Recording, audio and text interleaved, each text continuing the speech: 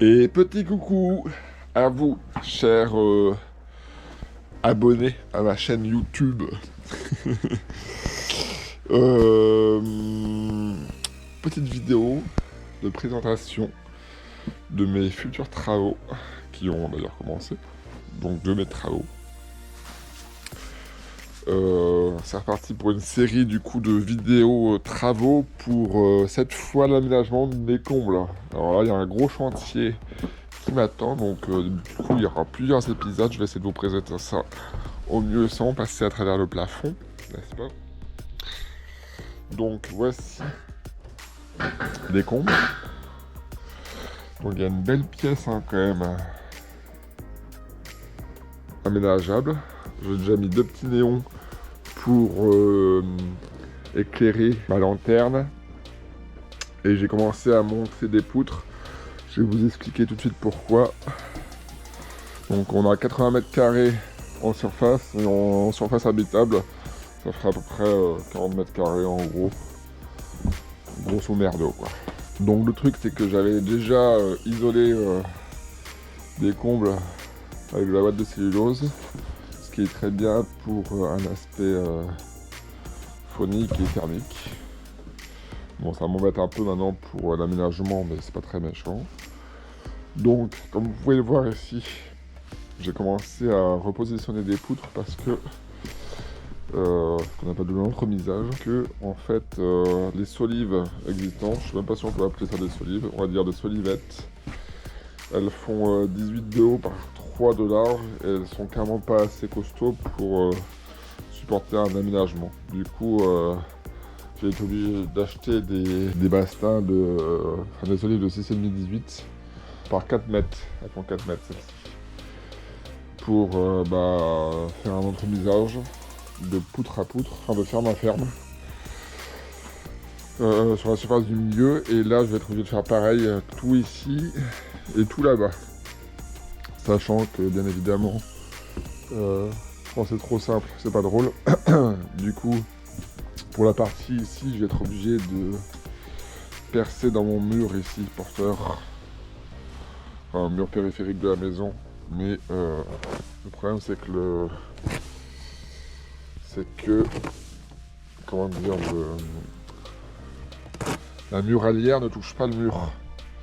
Elle repose sur des espèces de tasseaux qui est en dessous, en ferraille. Je vous montrerai peut-être une petite photo.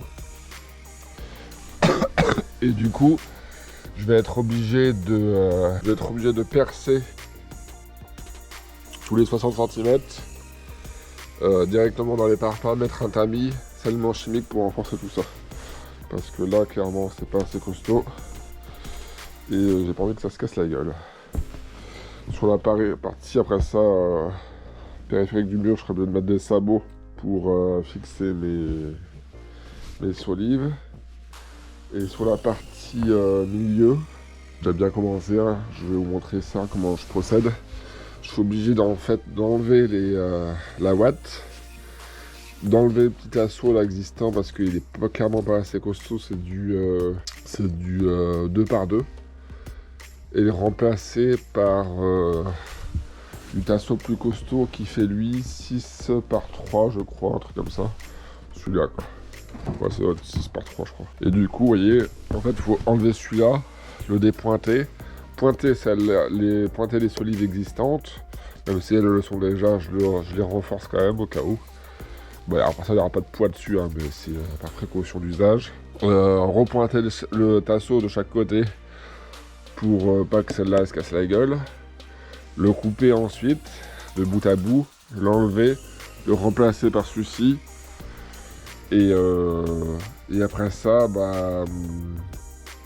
couper mes solives à la bonne dimension et les repositionner. C'est pas mal de taf. Et après ça, il faut enlever les croisillons au milieu aussi. Il faut enlever les petits croisillons du milieu, qui doit être quelque part par là. Voilà.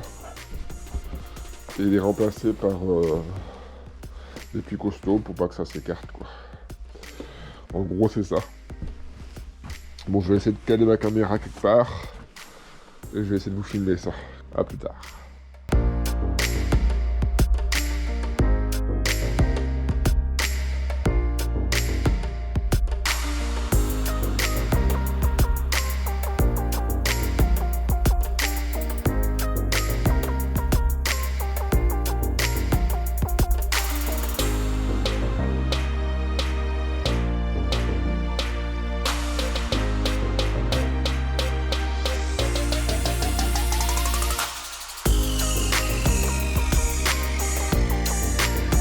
Bon, allez, on continue les travaux. Il fait nuit, c'est cool.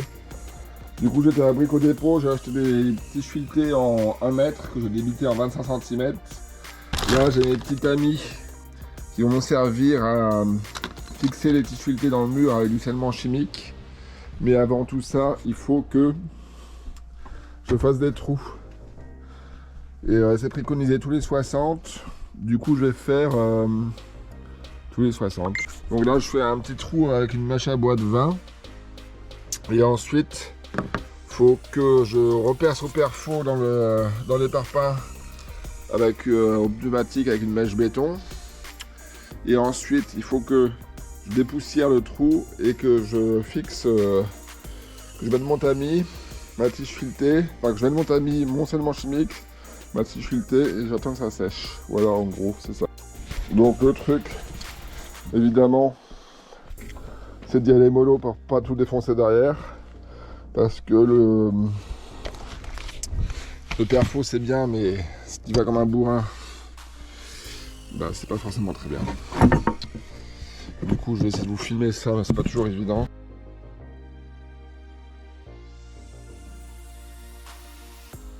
Bon allez, on continue la pose des poutres. Petit topo du coup. Faut que je pose des U qui vont servir à poser mes poutres, mes petites solives. Il y a une belle petite araignée là, toute mignonne. Et qu'est-ce que je voulais dire, ouais, je pose mes U métalliques qui me servent de support pour poser mes solives. De l'autre côté, j'ai mis les tasseaux. Là, je peux pas le faire parce que c'est la périphérie. Il faut que soit affiché dans le mur. On voit bien mes tiges filetées que j'ai mis au scellement chimique. Là, ça bouge plus. Tous les 60 cm. Et là, je vais mettre un U tous les 40 cm, en gros, pour poser mes petites poutres, tout simplement. Allez, c'est parti.